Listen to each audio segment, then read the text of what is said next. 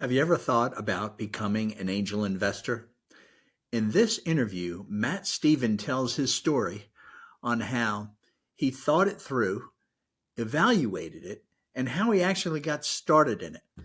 I think you'll find that the steps that he took in each phase of this decision will be quite helpful for you. Enjoy. And by the way, I hope you become an angel investor. Hello and welcome to the Charlie Paparelli Show. I'm Charlie Paparelli. And today's guest is Matt Stevens, who's a good friend and a community leader here in the Atlanta startup community. And our topic today is transitioning from operator to investor, the challenges, the pitfalls, and the strategy. But why this topic now? The topic was interesting to me for two reasons. One, I made this transition from operator to angel investor. And I have to apologize to those early on investment and entrepreneurs I invested in that it was a pretty rocky road as I was more operator than investor.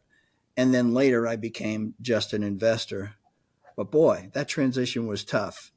Secondly, is the next generation of angel investors is coming online in our Atlanta startup community, and I want to encourage and equip them as best that I can. And Matt is perfect for this topic. Matt was invited to speak at Angel Lounge, which is a gathering of angels in the Atlanta technology community, so we can a place where we learn from each other, we share our experiences and learn from each other. And his topic was this transition, how he moved to angel investor from being an operator. And he did such a great job. I got so excited that I want him to have this on this show so this could be more widely distributed. You know, Matt, as he transitioned from a management consultant and a Fortune 100 project consultant, he transitioned early on to, in his mid-30s, to ministry. He joined a Christian ministry to lead it. I was the chairman, and we actually were working together, which was a shocker for, I think, him and his wife, and for me, that he actually left corporate to do this. And then I watched him move from that Christian leadership role back into business, and he did it by joining as a senior manager in a telecom company here in town, which was a startup that grew quite large. And then he went to be a startup entrepreneur successfully. And then he eventually took over a company as CEO. And it was an early stage company that kind of stalled out. And then he took it to a new strategy and using its technology. And it went into fast growth under his leadership and a successful exit. And now he's transitioned to angel investing. Now, those are a lot of roles. But I don't want you to think that they happened over the last 3 years. They happened over the last 20 years. All right. So he sticks with what he's doing. But this is a new career for Matt. So in short, I think that Matt is strategic. I know him so well. He's strategic in all that he does. But what's unusual about him, which is something that I don't have, is he's excellent at the detailed execution. And that's what makes him a great success. So welcome, Matt. I think this is going to be a fun interview. Thank you, Charlie. I'm glad to be here. Good. Well, let's start with just tell me about the company that you last led and exited from. Just tell me about that experience that you had there. And then we'll kind of move into, this angel investing piece. Right. So we had a company's called Centegix, and we had a product that was used for school safety. Big topic and one close to my heart. And I've got 3 kids in primary education now, and I remember looking at the television when during one of these shootings, and just literally coming to tears and wondering what can be done about this. And some number of years later, I met a guy who was selling some different technology into K-12, and he had this concept for a product, and what I'd call an early start on it, but no commercially viable product yet. So joined as the CEO and had the opportunity to build a team and release a product and take the ride all the way from, really back of the napkin to private equity exit. That's really great. It's one of the things that I think is, it seems, I don't know if there's people that get this opportunity multiple times in their careers, but when you do hit on a market that's ready, the timing's just right, and all of a sudden you get this market pull. Yeah. It's like all hands on deck. I think in the old days, we used to call it inside the tornado. Yeah. And it's just hard. You got to get all these things done real fast because you got all these people wanting you. So it's a once. I always think it's a once in a lifetime sort of experience. If you get it twice, then you're truly blessed. Okay. Yeah, I'd love if one of my Good. portfolio companies had the opportunity to experience that, right? But you're right. And it's almost hard to say, but it's as much luck or providence as it is anything else, Charlie. You do have to. There's a lot that the market can do to build headwinds for you, but when you happen to hit something, and again, this is not a problem that I wish we had to solve, but the reality is, violence in schools is a real thing. And we could either sit back and wring our hands about it, or we could try to do what we did, which was develop some technology to save lives. And unfortunately, the system has been used and credited with saving kids' lives right here in the state of Georgia in the recent weeks. Really proud of the work that the team did. But yeah, we were. I would tell my team we were a hyper growth company, not a fast growth company. We sustained over 500% growth for 4 years in a row. When we sold the business, and that's a problem to solve. That presents a set of problems to solve, unlike any other problems. You have to hire so fast. You have to build the team so fast that you don't really have time to correctly onboard everybody or impute the culture that you really want in the organization. Or there's just a lot of dust that has to get swept underneath the rugs when you're in the middle of that. I like that term tornado. When you're in the middle of that tornado, there's shortcuts you have to take in order to in order to serve your market well, so somebody else doesn't slingshot past you. Well, that must have been challenging for you because you want excellence in execution, and like you said, there's shortcuts you have to take. I remember going to Microsoft and hearing their HR director speak. I was up there in Seattle, and the HR director speaking to a group of us who were at a convention, and he talked about hiring 2,000 people like a month. This is back in the late 80s. And I said, I just couldn't get my head around hiring 2,000 people a month. And we saw that happen with Google and some of these other people. So you experienced it, and there's no way to ever be ready for that.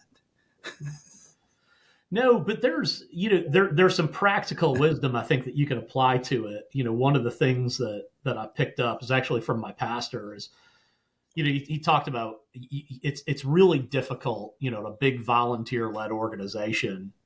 It's difficult to find one-on-one time with everybody, and all you can do is continue to cast vision, and people will self-select in or out. So you have to continue to cast the vision for where you see the company going, and for people that want to be a part of that, be a part of that culture, be a part of that ride, they're excited about it and they're going to self-select in. And, we did have very early on, we were selling a very different set of technology.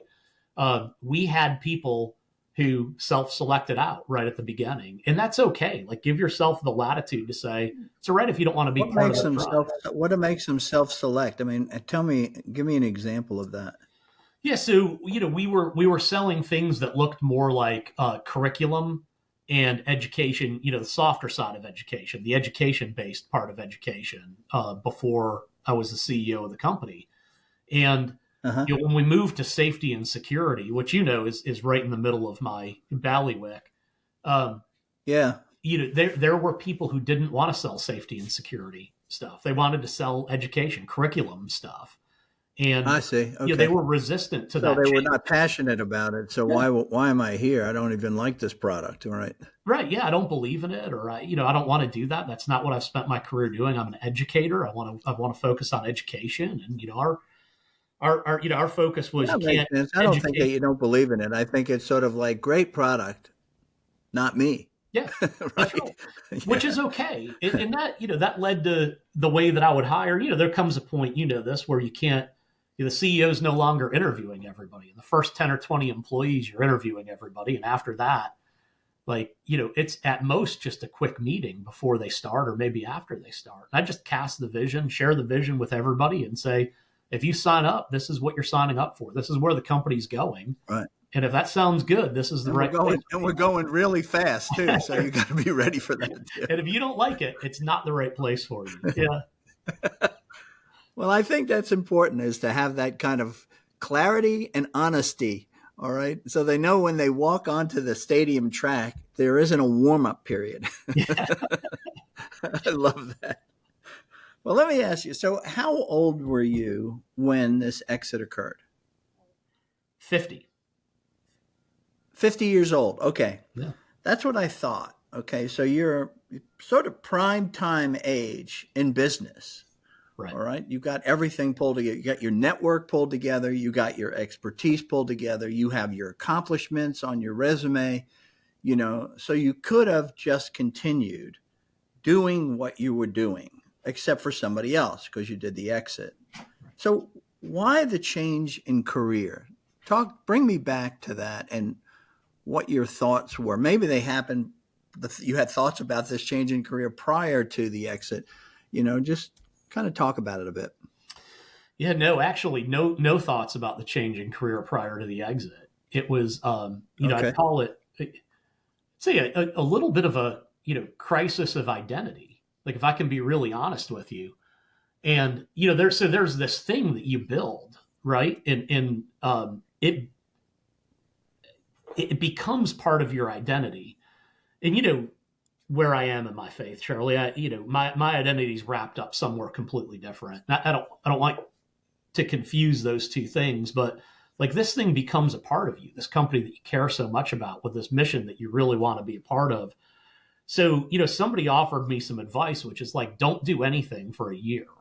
Like, just literally sit back and take some mental time. And, a good mutual friend of ours, Mike Morris, he'd always tell me about these sabbaticals he takes by himself and goes off into the woods to, think and pray and, just be.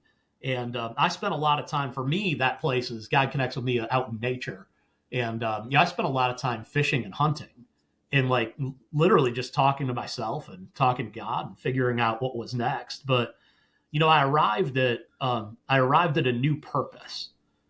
And, I had optionality at that point. Like, the thing that the exit did was gave me alternatives, right? And one of those alternatives is do nothing, right? Put the money somewhere that it returns some value to us, and then, go play golf. And to me, that, for two reasons, that was an existence that I couldn't fathom.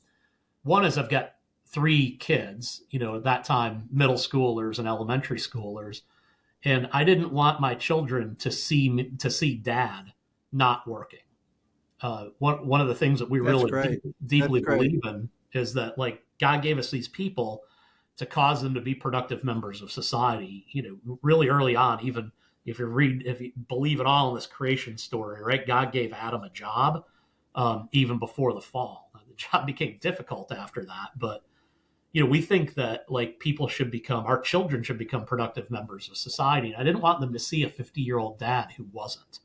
So I knew I had to do something. It's important that it's interesting that on that principle that you were true to it. Okay. Because one of the things that I think that we do when we do have a wife and we do have kids, we have a need to make money. So that gives us the need to work, right?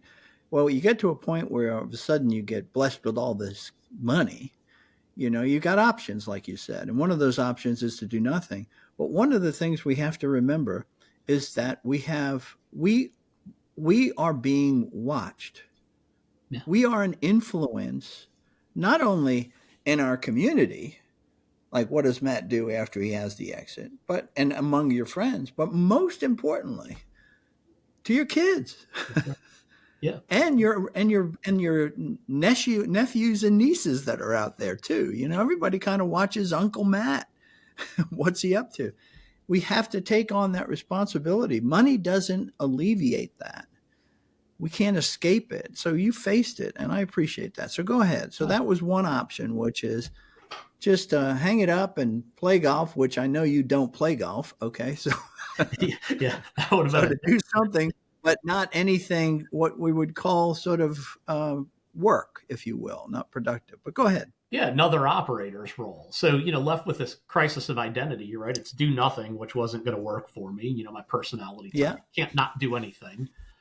In one of the prior, exits that I had, had a year quiet period. And at some point, Candace was like, I don't need more help figuring out how to rearrange the dishwasher optimally.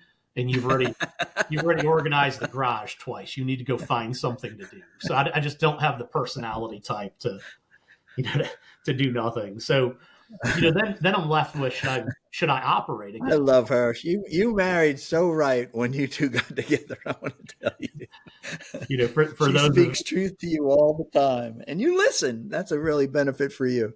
yeah, Okay, she that is says a better. lot about you. But go ahead. She is best described as being better than me in every way. So I really believe that. I definitely have punted my coverage there. But so, then the other option is, do I want to operate something? Do I want to, take a PE backed company and do something with it? And that's misaligned. When I came through a lot of counsel with people who know me best, that's misaligned with my, heart's desires, skills, and talents. Like, I'm not a big company guy. I don't like when things get to the point where you're tuning little knobs for EBITDA. I like the really big Okay. strategic early stuff, figuring out the mungy, impossible tensions and big problems and figuring that out and growing things. So I was going to be discontent in private equity backed businesses.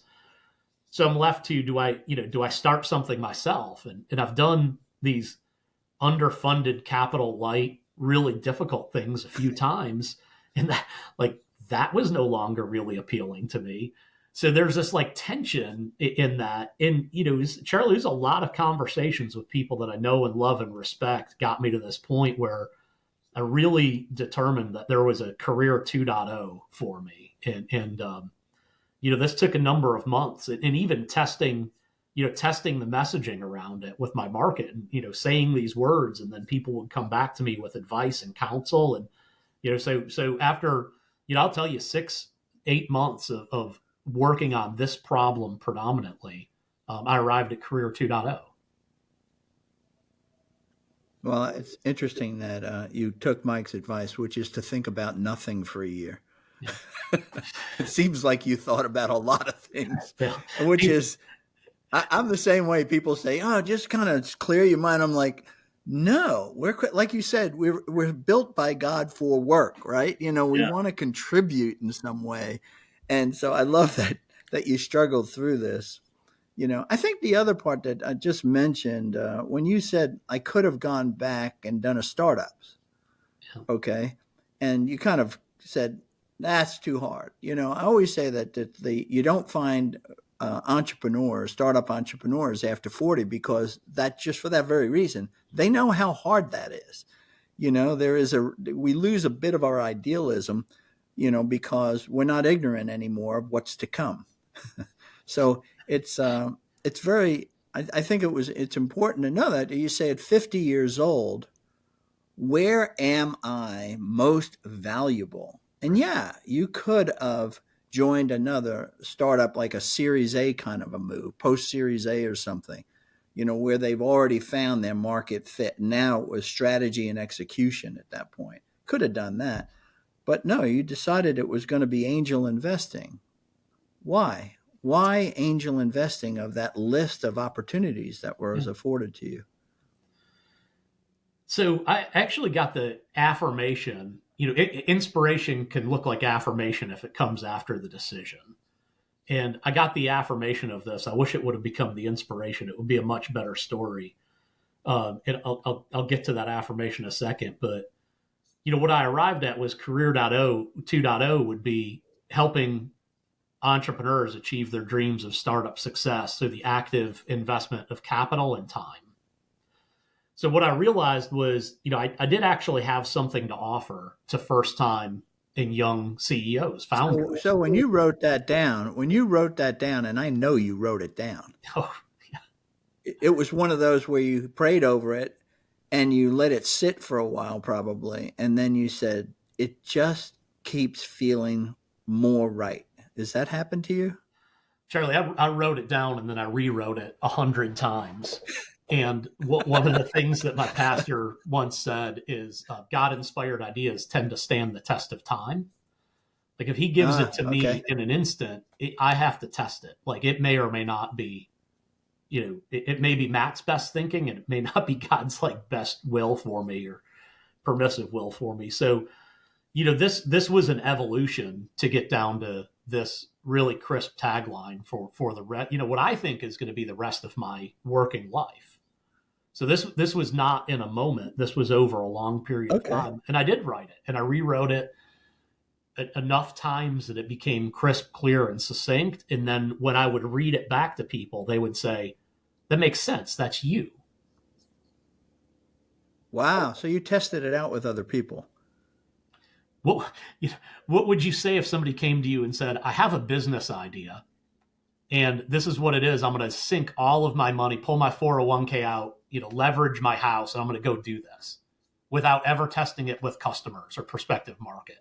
Be like, that's a Hmm. terrible idea. You should test it with the market. Like go through a customer discovery process. Right. And for me, that's all it was. It was taking a market driven approach to say, like, does this make sense for me with what you know about me, my skills and talents And and that's important, gifts though. and experience? You went to people like you with your example of should you do this? It depends who you go to and ask advice. There's Oh a lot of people that say, "Oh, that sounds like a great idea." Right? You yeah, went to people who know you right, and have known you, right? That's what's really. So if you're an entrepreneur looking for feedback, go to people who know yeah. Well, startups. there's Don't go to another. people who are just simply encouragers, if you will. That sounds really cool. You should do that. Yeah, no, there's another really key element of that, which is, and this is part of the story, Charlie. Is it can't be people who have the potential to benefit from the move that you're making, and they have to deeply care Okay. about you because somebody if it benefits them financially, unfortunately some people will try to steer you in a certain direction. I could share, there's examples I can and can't share about that, right? But you don't want somebody who's going to personally gain or benefit from it. It's a follow the money thing. And the other is, you want to talk to people like I needed to talk to people who cared about me and my family deeply and would not gain or benefit at all from what I was choosing to do. And I think that that's the best counsel. So just tell me this mission statement once again. Yeah. So I help entrepreneurs achieve their dreams of startup success through the active investment of capital and time. Okay. Now, with that, you have that locked in. It's tested with time and with the encouragement of others, okay, that trust and love you. And I go, then, okay, what am I aiming to accomplish with this? Okay, and how do I get started? Yeah. Right? Yeah. Yeah. So I love what Simon Sinek says, begin with why. And I later got, much after this was already set in concrete, I got the why. And it was after a company that I identified and put really early money into raise their Series A. And the CEO came to me and said, why? So Matt, why do you do this? Like who was your guy that helped you the way that you've helped me? And by accident, but truthfully, I said, I didn't have anybody. Like I had a guy, I had people who wanted my job that worked for me. I had, people on a board who just wanted the performance out of me because it benefited them financially. But I had nobody that came along one on one with me in an iron sharpens iron way and helped me be a good CEO. I said, I think that, And help you do what? I missed that last piece. yeah, They be a helped you good do what? CEO. Be a Oh, be a okay. CEO of one of these hyper growth companies. Like I didn't have anybody, and Okay. part of this thesis, the why to this is to give these first time founders a very different experience than I had. Just a bunch of people who wanted, either me to make them a bunch of money, or they wanted to do the thing, be the CEO of the thing that I'd helped to build. And, that was after the fact. That was what ended up being the affirmation that I'm on the right path, right? Is helping entrepreneurs. So, but you're right. But what you're saying, let me interrupt you for just a second. What you're saying is critical to somebody considering this, okay? Yeah. You're going, and this took me a while to figure out. You're going from how can I be successful, right, as being the goal from which you measure yourself, to how can I make this other person be successful.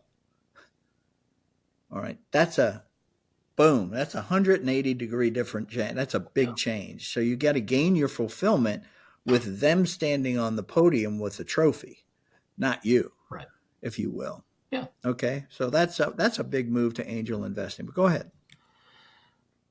It is. There's so much to talk about, in unpacking that. And I've heard people talk about this concept of servant leadership, which I really believe in. And the reality to servant leadership is helping other people to become the thing that God's created them to be. And like I had the opportunity, I have the tombstone, right? I have the neat little acrylic plaque that you get after one of these PE exits and all that stuff, and that's great. Right. But like I figured, Charlie, honestly, like I've done that. My ego doesn't need me to do another one of those or to get another plaque. Like I've been blessed, and I'm okay. And what I really wanted to do is have other people have that same opportunity and that other experience. And by the way, I get to watch them win. Like I get to be the coach, seeing their athlete stand on the top of the podium and get the gold medal. That's so rewarding and so fulfilling. And it's the same thing that I hope for my kids. It's the same thing that I hope for my portfolio company CEOs. By the way, angel investing, like I could have just sent the proceeds of this close up to Wall Street and they'd manage my money and there'd be a return. Like, let's be honest, I'm doing this for financial return also. Like I have a family and, I hope to be able to send them to college and pay for weddings and cars and, braces and orthodontia and all that stuff. So, I do want economic return, but these two things don't exist in two different spheres that are not connected. Like I believe that both of these things can come together. I can help them achieve their dreams of startup success and put money by using my experience and acumen and put money to work and get a good return out of it, maybe an alpha return that I wouldn't get in other vehicles. So, this is almost a little bit of control your own destiny rather than send your money to, some but big one of the trader. things you're saying is very important here is the priority. The priority is to help them be successful. Yeah. Okay. And you're going to put money and expertise behind that. Mm-hmm. And if they're successful, you'll be successful financially.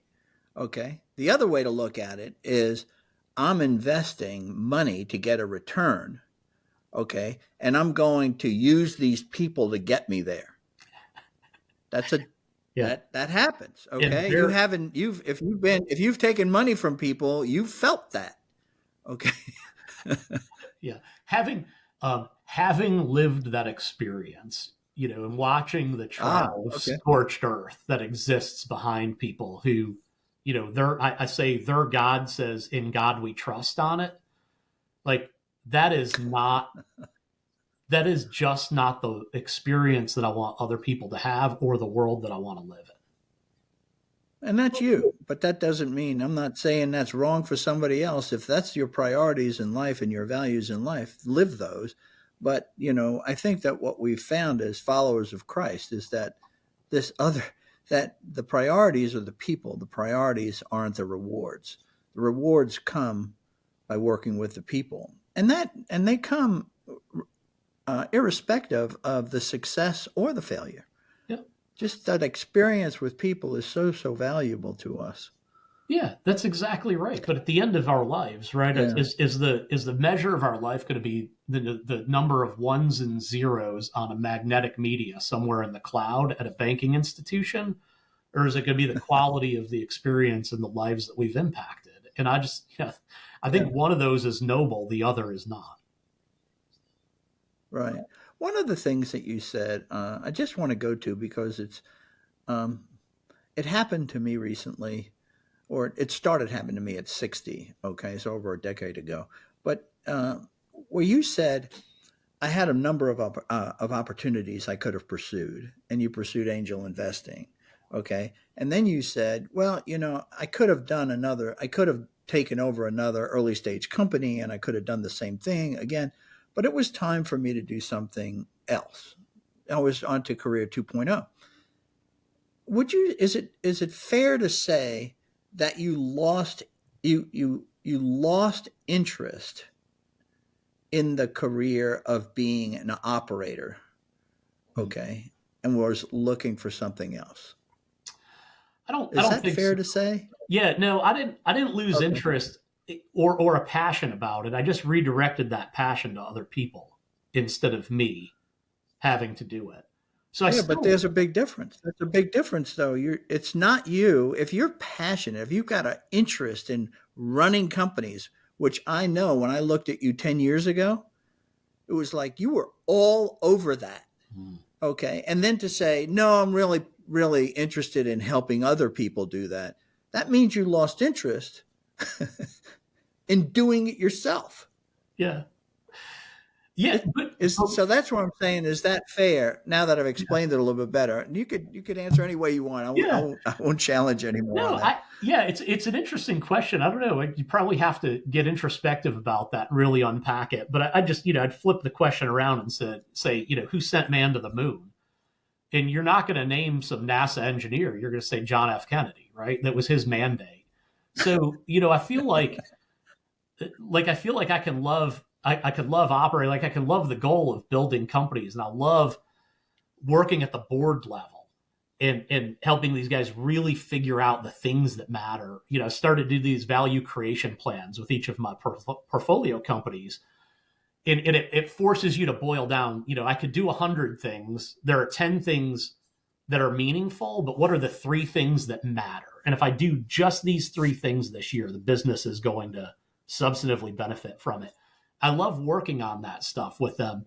I just don't need to I don't need to figure out the launch trajectories here. Younger people with more energy can figure that stuff out. And I'm really Ah, happy see, being in the there you back of go. the room. There you go. That makes sense to me. So what you did is you said that my objectives were in moving to angel investing is to say I want to help entrepreneurs achieve startup success. But secondly, is I do want a return Yeah, on the money that I put in there so that I could in fact build wealth. Okay. And that's kind of the dual objective. You're yeah, not doing it just so that they get success that's right. and you get nothing. Okay, you really have these two That's called measuring, like you said, charity. that's the tension in this, Yeah, right? that's called Yeah. charity, and And that wasn't the what did you say it was? that's called charity. Right? I could just give Yeah, it is money. charity. I The could other give one. money to people and say, good luck. I wish you the best. But that's not the purpose here. So you can't walk past this idea of the active investment of capital and time.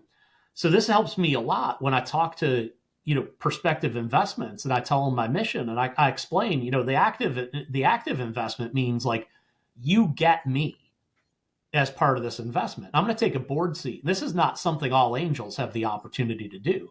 Like I'm going to be on the board. I'm going to be in your speed dial. You're going to be in mine. When the first time you experience the existential crisis in your business, which is coming, I should be the first call for you because I've experienced this. I've had to walk through the lawsuits and the IP infringement and the customer who blows you up publicly, or the board dysfunction, or whatever the big crisis Right. is. Like, call me because I'm there. And if that's not appealing That's to good you, because I'm not the you right have guy. that you've done it. Yeah, Right. yeah. I'm not the right investor if that's not what you're looking for. If you're But looking there for is, somebody to write a but there check and is walk another away. piece to this. There is another piece to this. I just want to talk about this. There's been a term that was coined by one of the VCs here in town, Frank Dalton. He calls it um, philanthropic Yeah, angel investing. Okay, and and it's what did you call angel philanthropist? That's the word he used. He used that terminology, and he's right. And a lot of people do it. A lot of people start this way. But here's something that I learned: we are conditioned to do work and get money. We are conditioned for that. Okay, that's how it works. Even in nonprofits, you took a job in the nonprofit and said, "Hey, you have to pay me for the work I'm doing because I got to take care of my family." yeah, And I think when we get to this, when we start doing angel investing, in order for it to be a long-term pursuit, you have to have money coming back. that's right. That's where the fulfillment comes. There is this promise of work, work and returns, work and money, work and money. And I think we have to bring that into angel investing. That's what kept me in it for 30 years. Yeah, Otherwise, what are you measuring here? You see, we're yeah, conditioned that way, as I should say. Forget the measuring comment. But does yeah. that make sense? No, you're right. Like sowing and what you're talking about is sowing and reaping, and you know, Sowing and reaping. There you go. Thank you. this is literally the oldest concept that exists, right? This is the way God designed the system. Like you sow for a future return, and the amount of effort you put in early on is disproportionate to the yield that you get later on. But they're connected. It just so happens Yes. that when a farmer sows the seeds, he can do all the work that he possibly can in order to maximize his potential of a yield and a return. But there's something that happens in the middle. Like, God has to water the seed. And this is for me angel investing is I'm spending a lot of time. I told Candace this is a very uncertain sort of journey. I won't know for 7 years whether this worked or not. Now, so that colored my investment philosophy and thesis and how much money I'm willing to put to work in the market. Like I'm not investing out of the really big super angel kind of money, right? I'm investing my kids' future and in my retirement and things like that. So You're this, not investing that. yeah, well, set aside a certain amount, but like I'll have a much better retirement if this works very well, presuming I ever No, fully and that recover. makes sense. Yeah, But but we there is something here that and you're right. So the returns are further out. right, Okay. I remember talking to a FedEx senior VP that lived in my building. And I'm sure he had to be $1 million plus earner. He had to be. Okay. And he's saying, I really love what you're doing. And I said, you get rewarded every month and you get rewarded big at the end of every year. I don't get rewarded for 7 to 10 years. And I said, could you live with that? He goes, oh, I never thought about that. I mean, it's a big difference. So if you're a corporate guy who's talking about getting into angel investing, that's a huge jump, okay, to make. That's a canyon jump. Whereas if you're an entrepreneur getting in angel investing, well, you just went through 7 to 10 years of trying to build the value to get out. Okay, so you understand it better, but you're just not doing the day-to-day work and dealing with every single personnel problem that's out there and market issue. So it's a little of an easier, but the patient level has to be certainly there, just like it was with entrepreneuring. that's right. And I think I won't speak for Frank Dalton. He's way smarter than I am, and I have the most respect for him. In fact, I'm an LP in Fulcrum's latest fund. Really love what they do. But I think that's what he talks about when he talks about angel philanthropy. So, when I was faced with this question of this question of myself of do I want to be an angel investor, it really came down to, if I want to be an angel investor, I want to be a professional angel. I don't want to be a spray and pray angel. I don't want to write checks and hope. I want to go through and do the diligence process, right? I want to understand, I want to minimize as much risk, mitigate as much risk as I can. I want to find the best possible properties to invest in. Like I should treat this the exact same as somebody who's running a fund and investing other people's money. Because the reality is, sort of am investing other people's money. One, it's God's money. Like, he gave it to me. He owns cattle on 1,000 hills. The other is, presumably this is money that will, I'm going to die before my wife. So it's going to be hers before it's my children's, if there's anything left. And, I need to approach this as a job. Like angel investing is not, I'm not a doctor who writes some angel investing checks. I'm a professional angel investor who treats it like my job. Well, that was one of the things that you said. So this is one of your criteria, because what we're getting to now is, so tell me the steps you made to get to becoming this angel investor, this new career. Okay, so what steps did you take to kind of get there? Because here I am, I'm flat-footed. All right, great. I've got a mission statement. Right. In fact, I'm just going to adopt Matt's mission statement because that's a really cool mission statement. I'm going to use that as my angel investing new career mission statement. Okay, Matt, what do I do next? Okay. That's so what did you do? You see? I took advice from a very wise person. The first thing you did is you made a decision that you were going to do it full time. Right. That's a big decision. Right. Okay. That's good that you did that. What else did you do? Yeah. So, surround yourself by smart people who are ahead of you or in that you admire and respect. So one of the things is, Angel Lounge. I know that you were quoting somebody when you said this, talking about your own angel investing experience, but it always stuck with me. Whoever gave you this advice, if you want to be an angel investor, first write a check. And, that was part of it. It's like get in motion. Like get yourself mentally prepared to write a check, segregate the money, put it in a thing, make it liquid, get ready to write the money, and mentally check in the fact that you're going to write these checks. And that was a big part of the process. The other is, talk to a lot of people who are doing this. People have gone before you as either angel investors or venture capitalists or PE guys. And, have those conversations. So, anybody who would tell me about their experience doing any of those things, I wanted to learn from them, whether it was Thai Atlanta Angels or some of the funds that I've worked with, like Tech Square Ventures and Blake Patton, Scott Lopano, and others there. I mean, these are people that I deeply respect personally and professionally, who have been at this for a long time. You're seeking advice, seeking advice from them. I am not on how to proceed, right? Yeah, I'm not ever the smartest guy in the room when I walk into these rooms, but right. The consultant in me knows that, like, if I ask the questions and watch what they do over a period of time, I can develop a thesis about what how to evaluate deals and what to look for, and not only the investment. Like, people think naive. Let me put it on myself. Naively, I used to think, hey, if it's a good idea, it makes a good investment.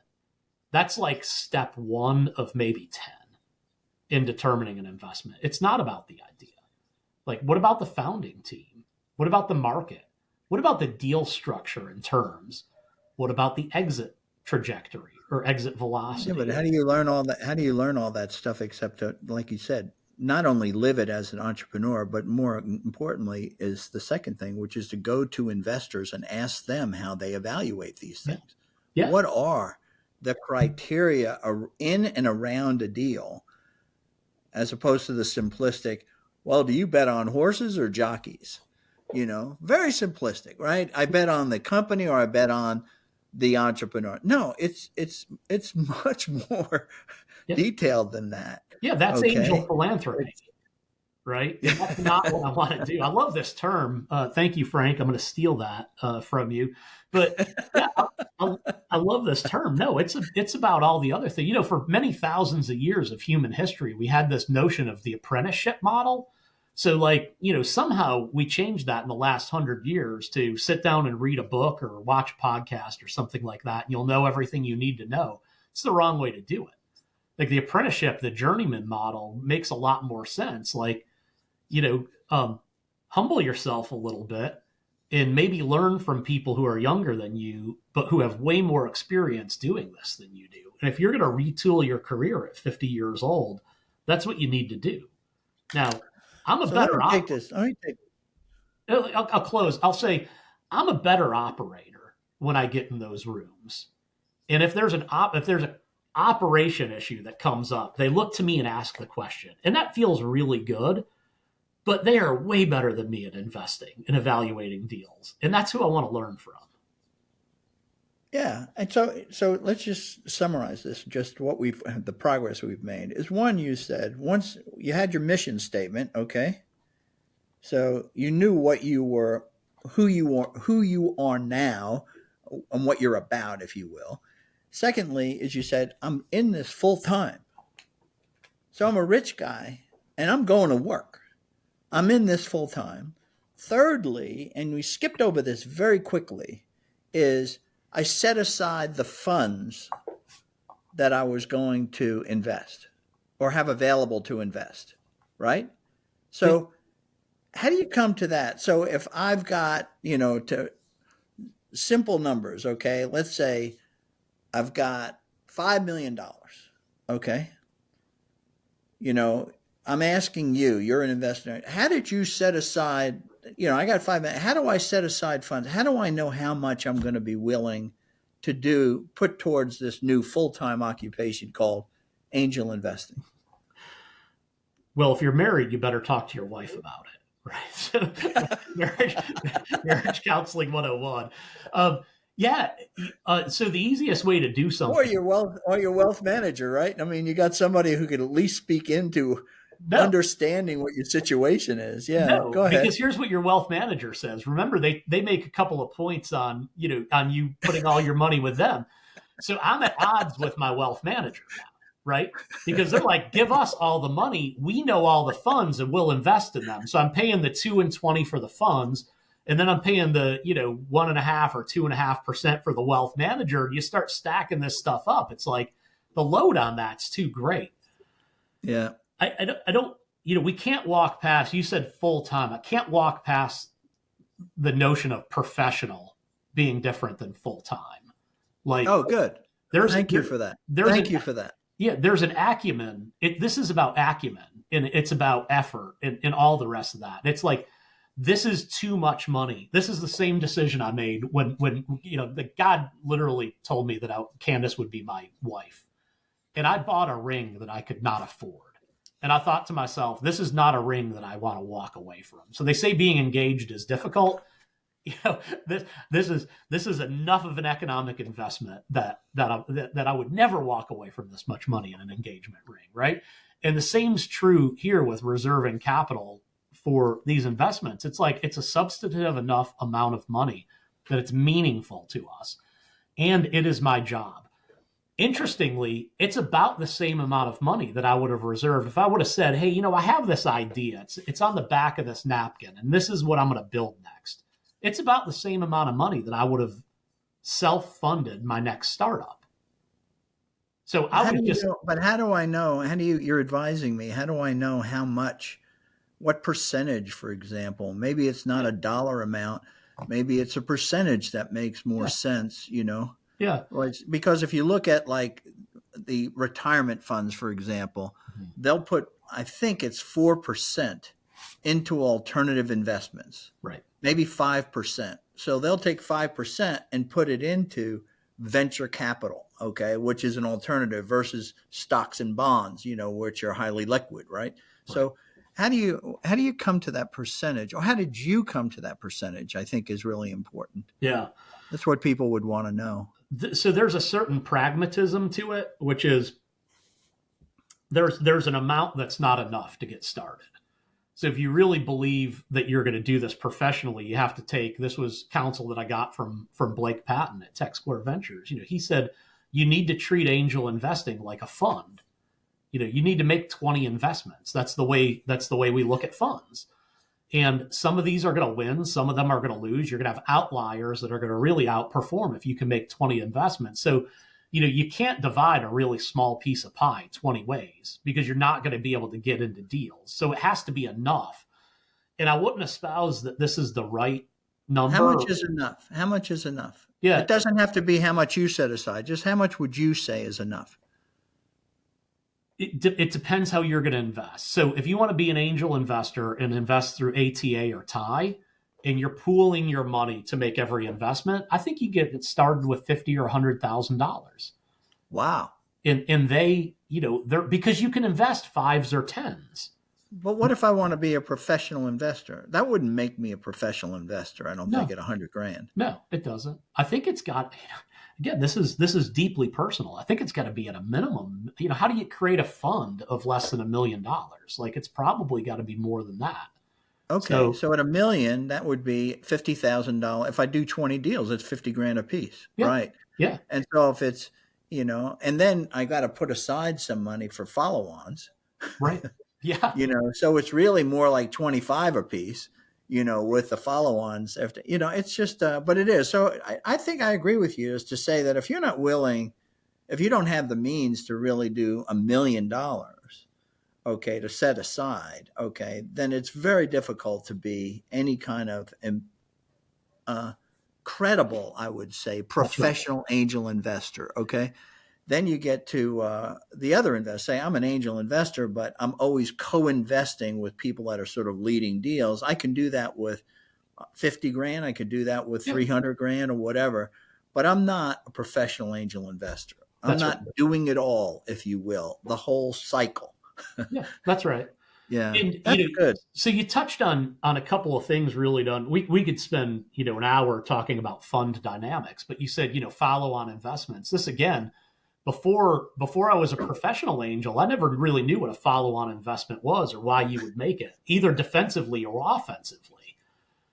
And when you really start building an investment thesis and you watch the people who do this well at a fund level, you realize like they reserve capital, and it's a reasonable thing to do to reserve capital because you're going to have deals that you look in, you get to the Series A and you're like, I want to stuff as much money into this deal as I can because this one's going to be a win. Yeah, it's And I had, it's the old Investors Daily thing. yeah, Always invest in momentum. Okay, I mean right, right. that's what you want to It, do.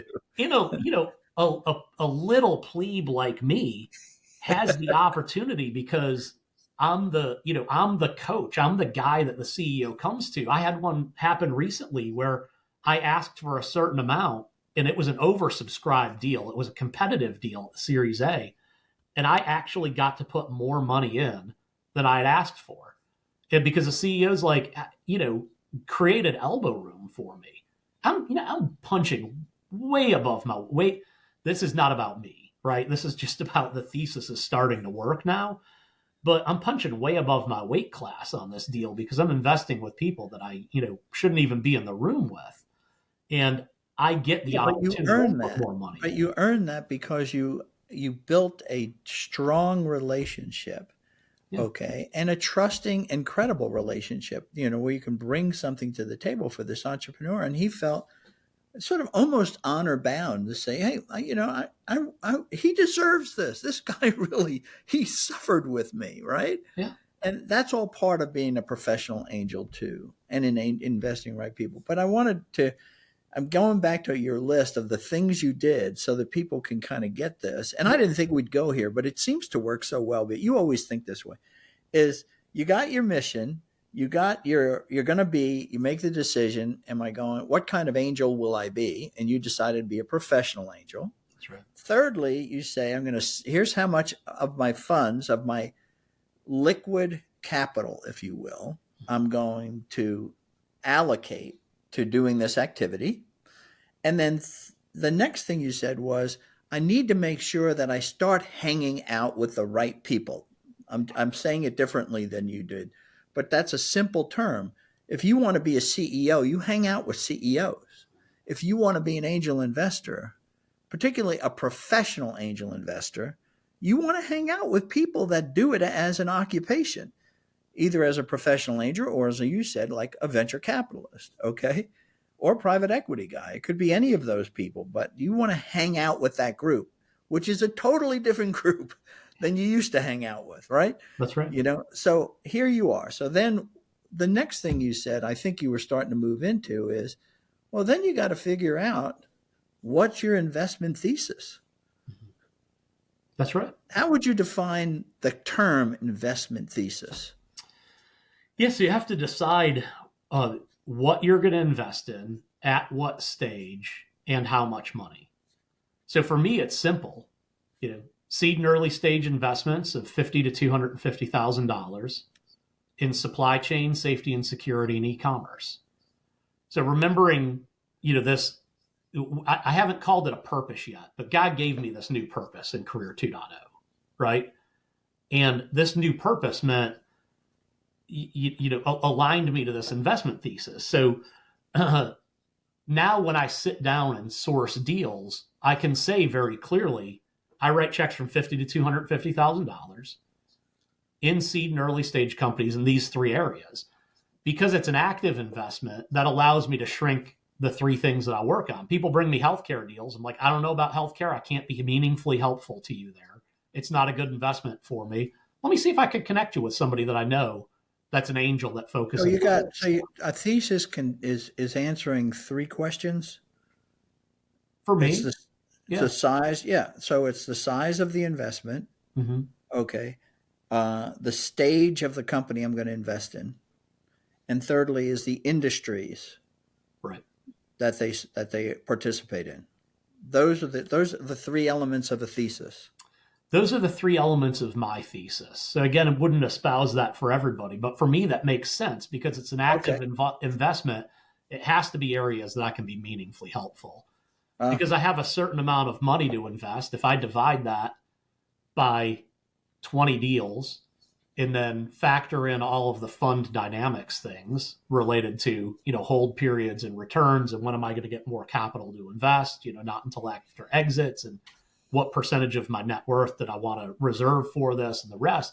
Well, that sort of sets the number that I'm willing to invest in each deal, follow-ons and other stuff like that.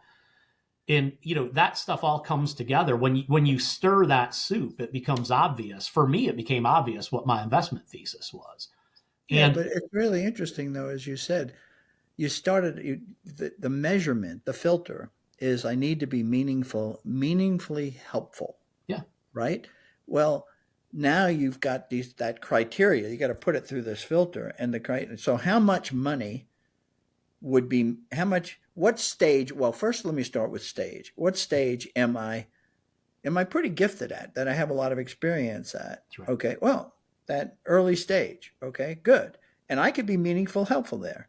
Well, to be helpful financially in that stage, how much money do I got to put in? That's right. Right? Because you're helping them.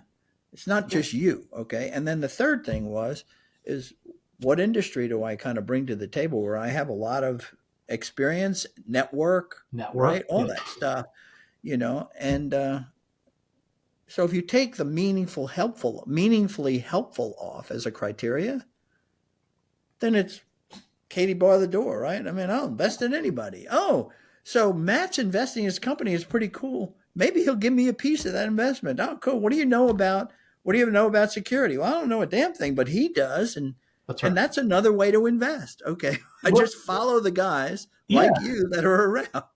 And that's actually a really good strategy, right? Is just follow people who know what they're doing. And that's a great way to learn about a deal. So if you follow, I got introduced to this concept of a lead angel, right? And I think it was you that originally talked about this. And I heard guys like Mike Dowdle talk about being, syndicating deals. And that's how he got started on the way to building, his fund.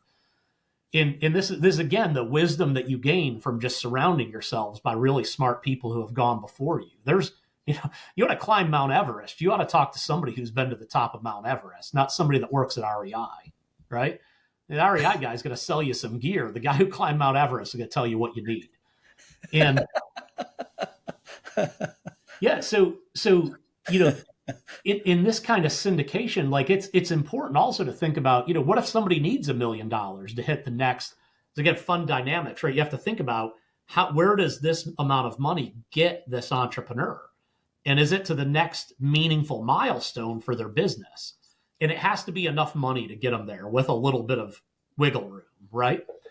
So you're going to have to probably syndicate the deals that I invest in. I'm not the only angel in these deals. I'm going to have to either syndicate it by myself or I'm going to have to become part of a syndicate. And I want to see that there are other people involved in this deal that are smart. And if I don't really deeply know the industry, or better yet, there's 2 or 3 people who know the industry well, and our networks are all helpful to them, and our experiences are all helpful to the founder, and our capital, the sum of our capital together, gets them to the next milestone so that they can raise, the seed or the Series A.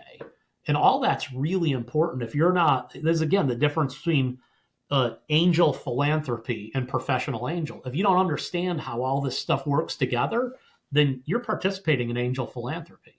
That's But by okay. definition, I think by definition is this professional angels like yourself. I think you basically what you do is you become a lead angel.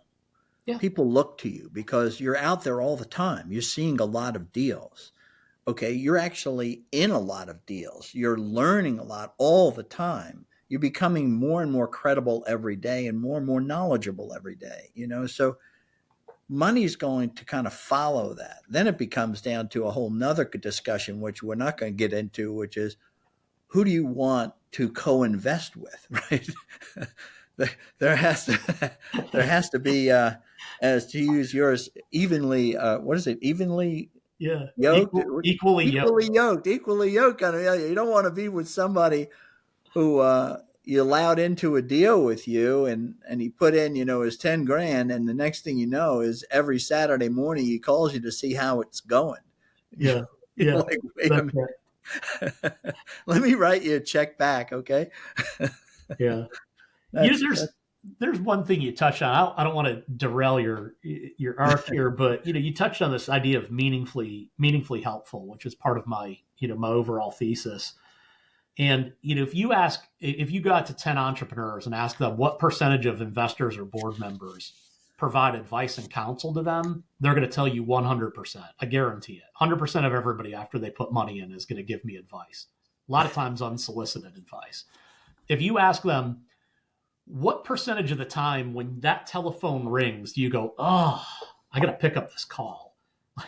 Or better said, what percentage of the time do you go, this is going to be a really fruitful conversation? It's a small percentage of the time.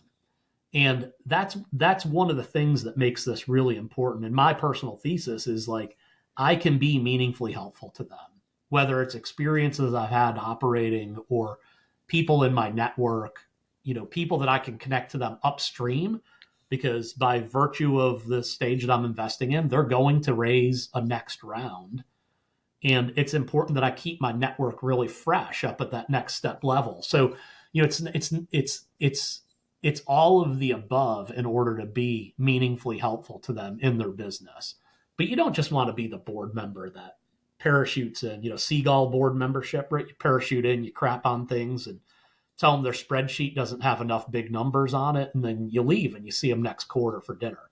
That's not the kind of board member I want to And be. there's another piece to this, which goes to your meaningfully helpful. Okay. A lot of smaller angel investors believe that if they put in that $25,000, that they're going to be called or be seen as somebody who can be meaningfully helpful to the entrepreneur. Well, the entrepreneur is sitting there with big investors, the next stage, which is substantial investors, and then you.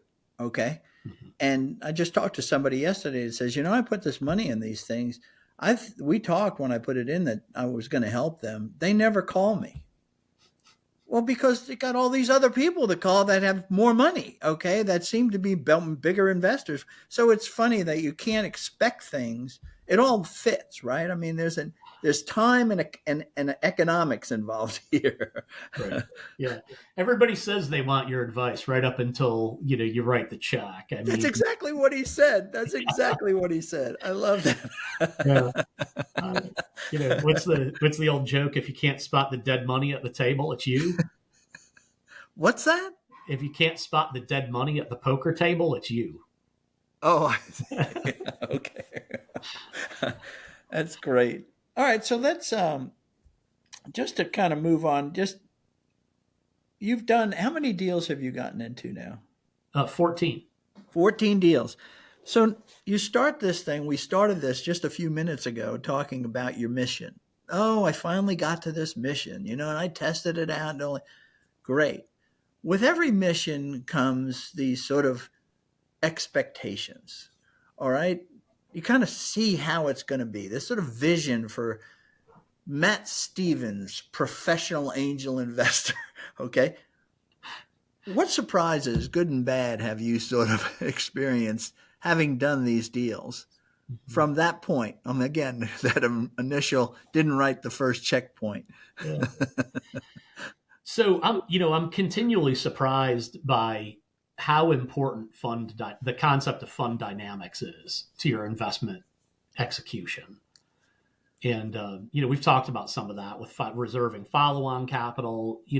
Another thing is like alignment. We mentioned equally yoked, and that's, I think, an important concept. But alignment with management and the economic outcomes are really important. And like naively, I used to think alignment meant I'm going to make a lot of money, you're going to make a lot of money.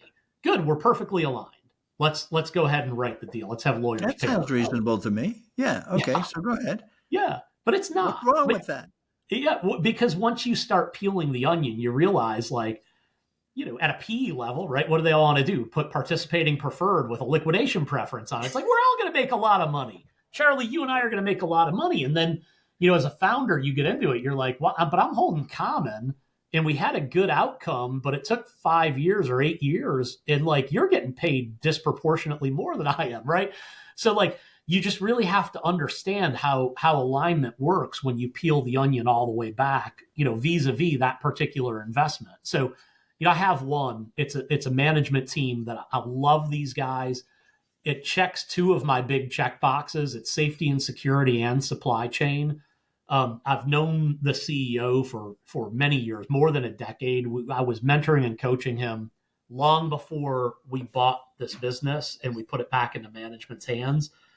But when it came time to put the deal together, we languished for many weeks on deal structure and how they would be compensated. They, the management team, would be compensated, and how I would be compensated, because this isn't a venture return multiples of top end revenue on exit sort of a business.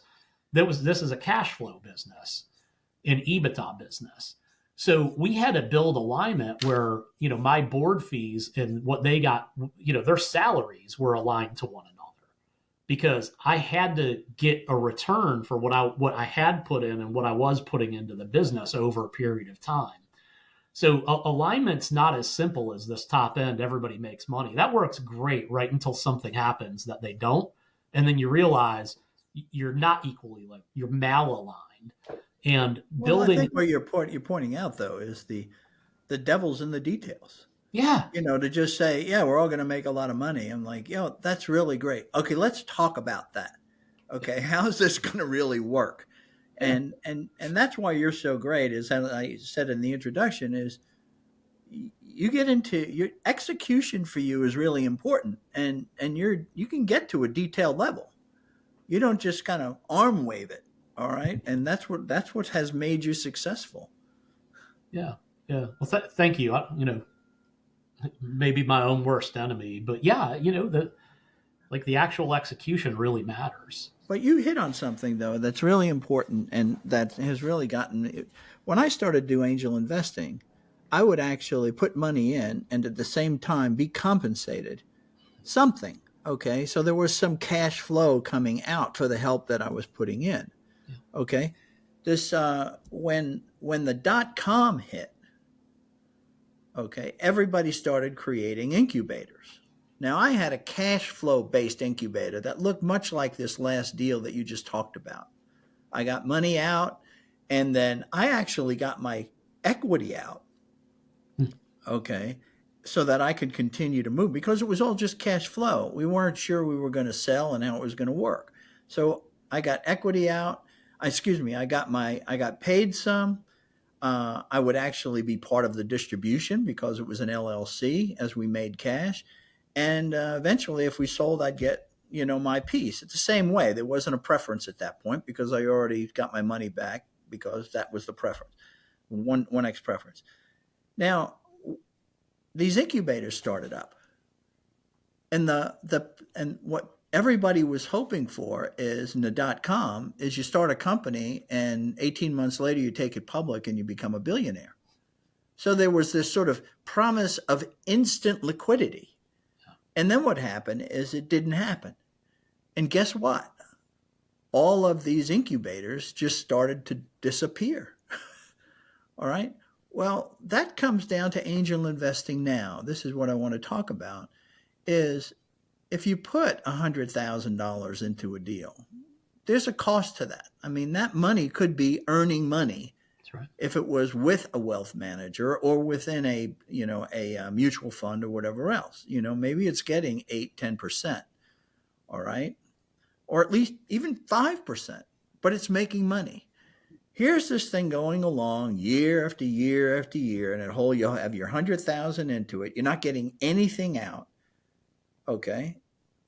Just to get that 5% back compounded 7 years out, that company has to sell with all of these preferences and all these deals, And I have entrepreneurs that have said to me, you've been in this deal, 10 years, but you should be happy. You're going to double your money.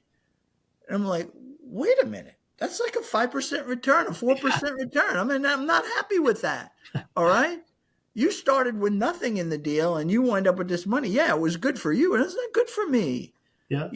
The other side is we need to be thinking internal rate of return, which includes cash flow. And if there's no cash flow, the exit has to be much higher. How do you talk about that? How do you calculate that in your own mind and how you're putting money in deals? Yeah, this is another thing, that I learned from surrounding myself with the venture folks is like you have to understand what your exit thesis is on the business and then understand when it's going well and when it's not. When it's, and not doesn't mean that it's going to be a complete failure. It just means you're not going to get the IRR that's going to drive the returns that you really want, right? We can put money in public markets. Rule of thumb is it doubles every 7 years.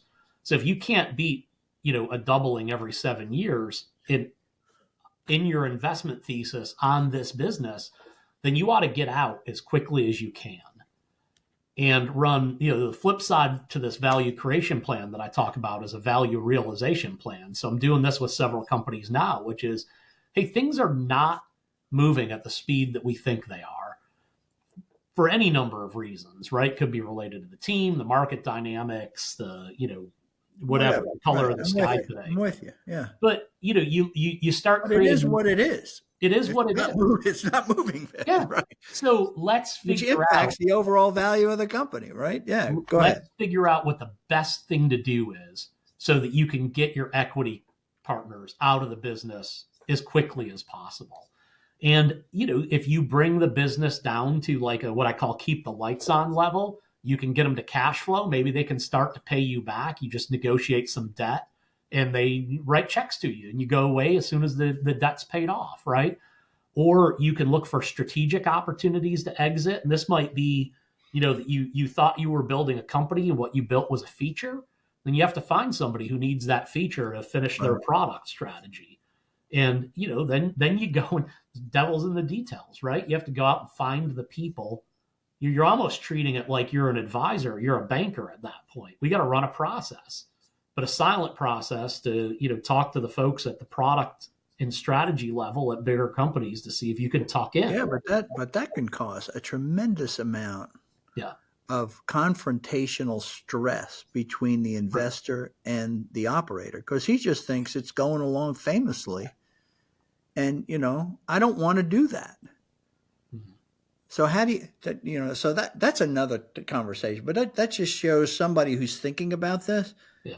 There's a lot of stress. You're dealing with people when things get bad or don't go the way they expect to go. Then the truth sort of comes out, what the real values are. Are we, equally yoked? Well, we were when it was great, but we're not now. Okay. Everything's easy when all the charts are up and to the right. And people's character is tested in the difficult times. And I think I could wrapper that. You're right. We could spend an hour on this topic, but I'll just wrapper that and say, if you've got a relationship built on trust with the founder, you've been working together for a long period of time, and they realize that like you absolutely care about returns, but you also care about them as an individual. The relationship that you've got is going to carry the day when you have to have the difficult conversations. Yeah, but I think the other part of that is, I agree with what you said, but I think what you're doing, that's something probably a little bit different, not a little, but a lot, in some of the deals that I've gotten into, is you set an expectation early on by speaking about the exit thesis. Yeah. Because you say, look, this is about a return. Yes, you're my priority and I care about you and I care about our relationship. But don't forget this other piece, because it's so easy to sort of, if you forget this other piece, you're back to Frank Dalton. You're angel philanthropist, okay? Philanthropy. It's not what I'm in it for, I'm not in it for to get my money back. I'm in it to make a return on that money that, because of this risk, is way above anything that I would get sitting in a mutual fund. Okay? Wow. So are you signed up as the entrepreneur to take on that same burden to help me achieve my goal as I'm trying to help you be successful? I think you have that conversation. I can tell you, I was more the angel philanthropist there for a good while, maybe my whole career, and it just sort of worked out. But my attitude and the way I worked every day was I needed to get a return. But is that what you do? Do you set that expectation early? Yeah. And I want to glow on you for a second, though, Charlie. Like, you may have been more angel philanthropy early on, but for those of us that know and love you and have watched you over the last 20, can you believe we've known each other like 20 years? For those of you who have watched you over 20 years, like, we really respect and appreciate what you've done in these later stages of your career, as you're thinking about the sort of land the plane thing, which is really invest in people because you meaningfully care about them. And you care about their, not only their success professionally, but in their eternal destination, right? And because I had the great privilege of watching you go through this arc in your personal life, it's just helped me shift that a little bit for me. So I'm just incorporating that a little bit earlier than perhaps you did. And maybe the guy that follows me and has a good exit and decides that he wants to do this, maybe he gets better than me at it. That's great. Then we've left the world a better place. And that's the real reason for us having this interview. So thanks for summarizing that. And thanks for those kind words. And let's transition into this a little bit. And I want to talk a little bit about how our faith, or your faith, it's not our, but your faith,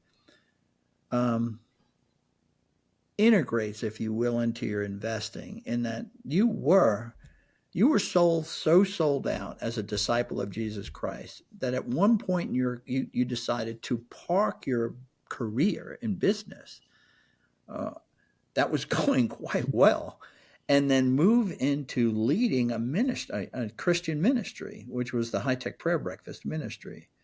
So you've walked the talk. All right. And here you are. Then you had, like I said, you went into entrepreneurship. Then you went into leading a company as a CEO. That was an early stage company. And then you had these exits. And now you're in angel investing.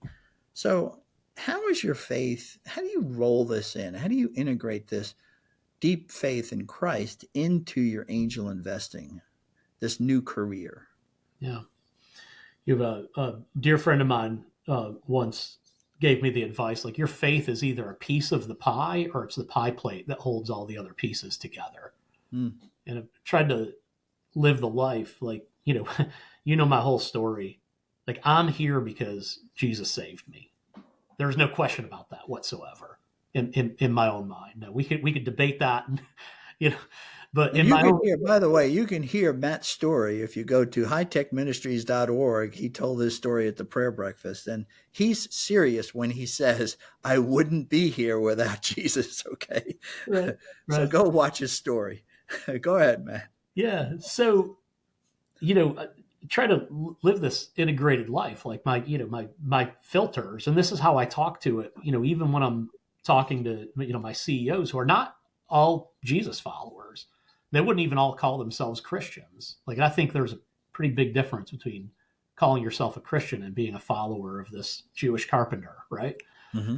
And I just talk to them about filters, and I'll say, when you ask me for advice, like I have a set of filters, and this is the prioritization order on my filters, and I can't talk to you about what decisions I make without telling you about how I make decisions, what these filters are. For me, it's my faith, it's my family, and then third, it's like the integrity of making the right decisions in these cases. I could give you a long example, but just say I'm working through something with one of my portfolio companies with a former employee that was dismissed for cause who believes that he's owed a whole bunch of money. And I'm working through that, and part of the integrity filter on that with me is just saying, hey, there's a disagreement. We could both look at this a very different way, but we know that we could win and put our foot on this guy's neck. Like the better thing to do here is just honor a little bit of what he's saying, like give him some saving face and get past this without lawyers getting involved. So, for me, that's a filter thing is it's not, it's back to, it's not philanthropy. It's just making a decision filter based on, a higher integrity. And for me, my integrity is informed by my faith. And so, yeah, I'm really matter of fact about it, but I hope I'm matter of fact in a way that's not like preachy or teachy. I'm happy to tell you what, like this, Jesus guy's done in my life, and talk about that to whatever degree you want to. But, you have to understand how I make decisions, my life and in my family and everything else. That becomes just a filters conversation. I like that pie plate example because what we get to is it is our faith is really the pie plate, and there are pieces of, and we have a full pie. Okay, Yeah, uh, and it includes our family. that's All right. right, and it includes our values and all that. Right, but the but I do agree that once we accept Christ and we're following Christ, we get a different worldview. We don't have the world's view. We have a biblical worldview, which another way to say it is it's God's view, right? And so, how does God view these things versus how does the world? If so, God views views the world looks at things with a scarcity mindset, and God looks at things with an abundance mindset. Like you said, He owns the cattle on 1,000 hills, right? I mean, he he could make you the richest of the richest people in the world, or or you could make yourself the poorest of the poorest people in the He world. he You know, he has not burdened me with yachts kind of wealth, right, right. right? So it's very interesting that so what we approach with a biblical worldview, everything that we do, all this decision making, our priorities, our values, and everything else, and that's I think you said it. That was really good, that pipeline, because that's how we integrate our faith into our work, because everything, our family and our work and our decisions and all that, is sitting on our faith. Yeah. It's not like, oh, this is a good time to bring up Jesus.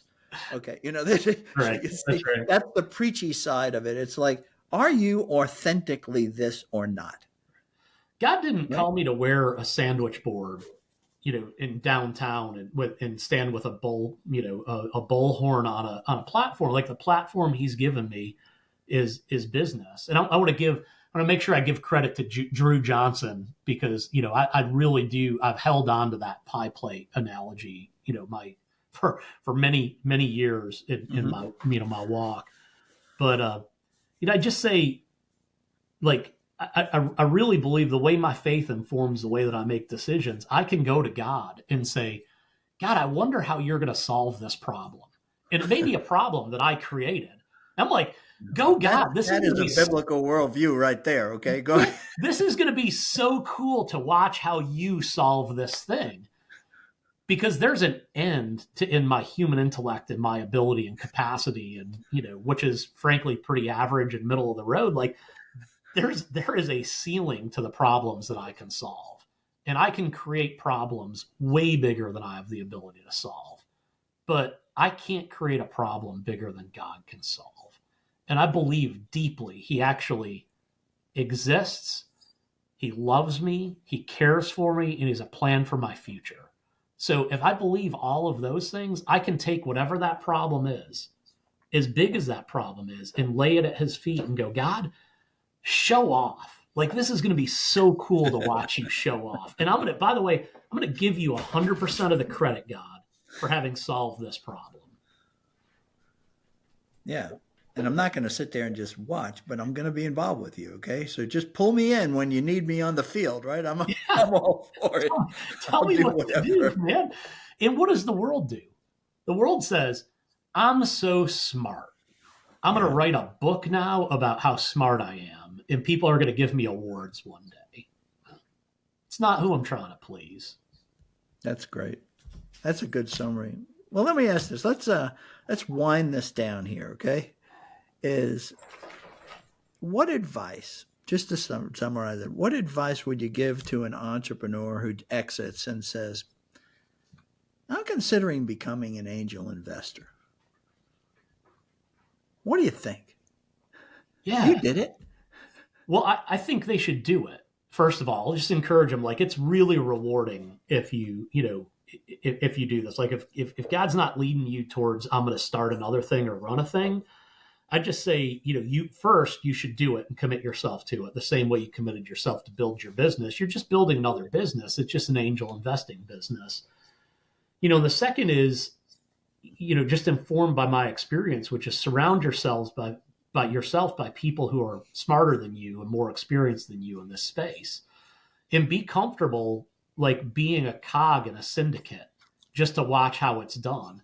And ask a lot of questions along the way, and don't assume like that term sheet's a good term sheet, therefore I'm going to sign it. Like, read the term sheet and become kind of a pain asking all the questions to learn learn as much as you can about why those deal terms are put in there, and like just write a few checks following on people. We're in Atlanta, we've got such great places for you to go and learn from, whether ATA or Thai or Angel Lounge or any of those things. I know that I'm forgetting 100 great organizations, but syndicate some deals and start writing some checks, and then figure out what your tolerance is to do it. Like, and reserve the capital, treat it like a fund, and just get in motion and learn as you go. Don't make the same mistakes twice. But if God's leading you to go do this, you should absolutely go do this.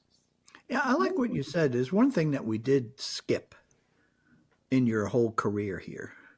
Okay. And that was you did invest as an angel investor passively. Yeah. Okay. So you did, and you did get involved with some syndicates and things. Okay.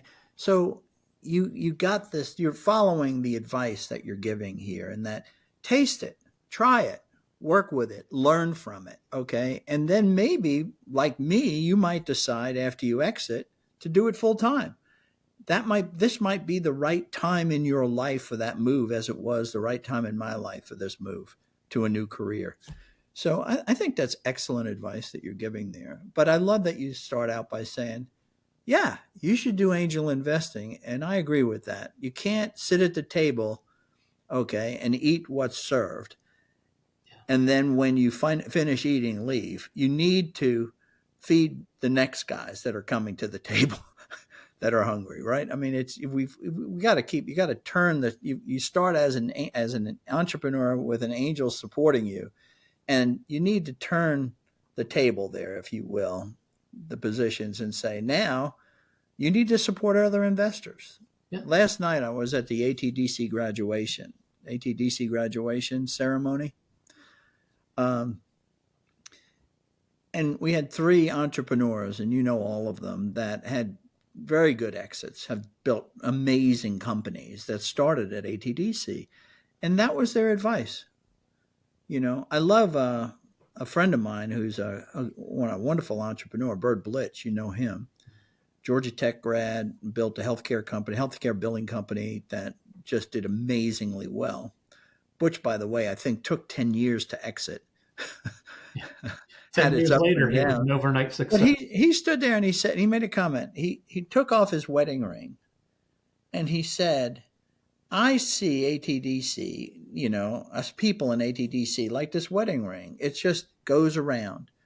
In other words, don't think you use ATDC and then you get all of this help, all this support, all this mentoring, and then all of these investors coming in through the network, and then you exit and then you're done. You have to come back. You have to come back and help others get through that process too. And that's really um, what makes for vibrant, long-term, sustainable communities That's right. is Yeah, continued investment. I'd say, for guys, that are thinking about it, that have had the exit, like, you have way too much to give back. You're too good to go off and retire and worry about golf and your own comforts. Like, that money will buy you a tremendous lifestyle, but you just have too much to give back to not do that. And we're going to end with that. That was outstanding summary. Thanks for this time. I know you didn't know what to expect from it, but as you can see how much you already knew and how much you can bring to the table for people who are considering making this move from operator to angel investor, whether it be professional angel or somebody who's going to do it sort of as a part-time profession, if you will. Okay. But we're not angel philanthropists. That's what we're all about. So, Matt, thank you very much. Hey, and for those of you who joined us, thank you. Please subscribe, and hope you get a lot of value out of this because I always learn something new. Thank you, Matt.